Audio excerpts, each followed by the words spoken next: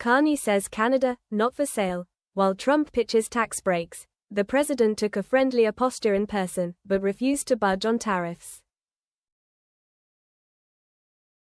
Canadian Prime Minister Mark Carney told President Donald Trump that Canada is not for sale Tuesday during an Oval Office meeting where both leaders tried to downplay the rising tensions between the neighbors. Trump agreed, "It takes two to tango," but persisted with a soft sales pitch, repeating the phrase, "never say never," as he touted benefits to Canada if it were to join the U.S. as a 51st state, such as potential tax cuts for Canadian citizens. The first substantive encounter between the newly elected Canadian leader and Trump, whose antagonism of Canada helped Carney gain political support, involved mostly gestures of friendship and pledges from both sides to reset the trade relationship. But the public portion of their remarks did not reveal specifics of what shape a pact might take, and the impasse over Trump's tariffs remained obvious. "We're going to be friends with Canada," Trump said, seated beside Carney in the Oval Office after an initial exchange of pleasantries that belied the hostile back and forth between the two leaders over the last several weeks. As reporters' questions about tariffs cut through the warm platitudes, Trump prefaced his explanation of his trade war by saying that his comments were meant to be very friendly, and said that this meeting was not going to wind up like his Oval Office meeting with Ukrainian President Volodymyr Zelensky in February that devolved into an acrimonious back and forth. But when asked if there was anything Carney could say to him to convince him to lift tariffs on Canadian automobiles, steel and aluminum, Trump responded flatly, "No." Trump sought to inject some levity at the meeting's outset, joking about how Carney, who was elected prime minister just over a week ago, rode a surge of anti-American sentiment to victory in an election his Liberal Party had been expected to lose. "I think I was probably the greatest thing to happen to him, but I can't take full credit," Trump said, likening the new prime minister's comeback to his own and calling him a very talented person, a very good person. He added that he and the new prime minister had a lot of things in common, as well as some tough points to go over. Carney, in his first comments, followed the usual template visiting heads of state have employed with Trump, leaning heavily on flattery. He described Trump as a transformational president, and stated that he was similarly elected to transform Canada.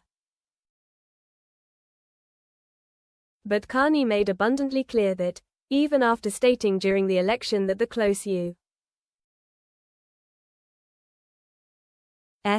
Canada relationship is over, he was at the White House to extend an olive branch. "The history of Canada and the U.S.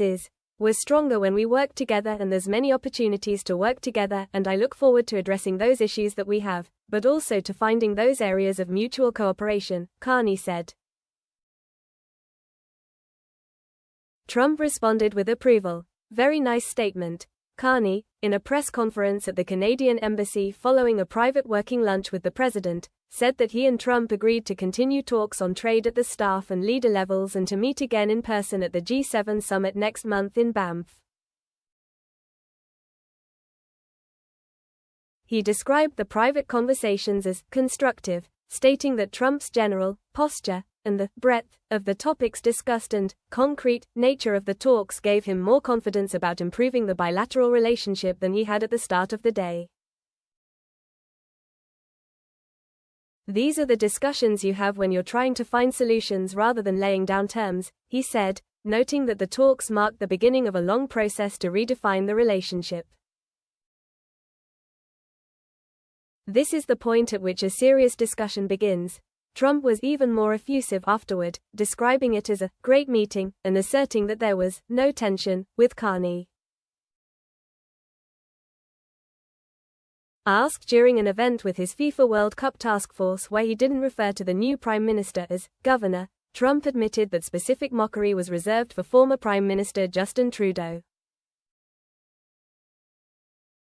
I haven't done that yet and maybe I won't, he said.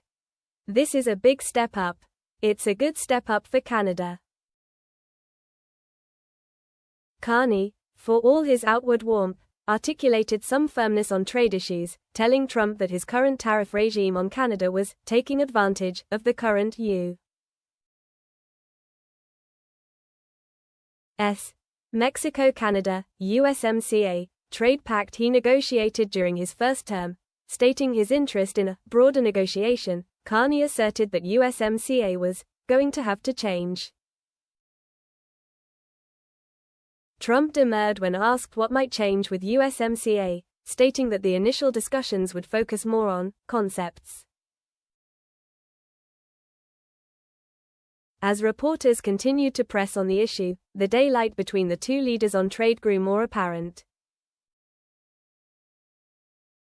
Carney asserted that Canada is the largest client of the U.S., and noted that most automobiles manufactured in Canada are partly built in the U.S., or vice versa. This is a bigger discussion and this will take some time and some discussions, Carney said. That's why we're here. Trump, prefacing that his comments were friendly, explained that his tariff regime was indeed about driving more manufacturing to the U.S. and away from Canada. We want to make our own cars. We don't really want cars from Canada, Trump said.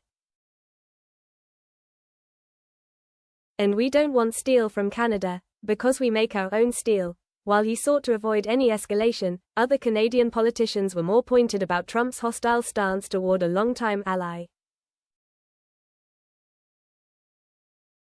Even the Trump supporters are saying, "This is crazy what he's doing," Ontario Premier Doug Ford said Tuesday morning in a speech.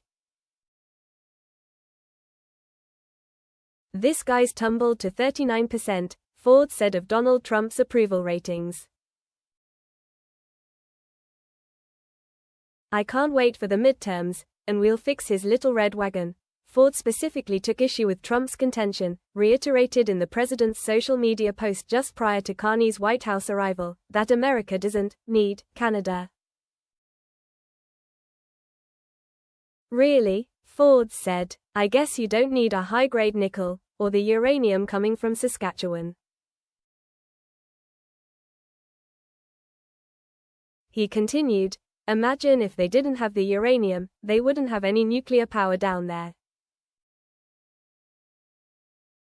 What would they do if they didn't have our electricity? 1.5 million homes and businesses in New York and Minnesota and Michigan, they wouldn't have any power." Quote,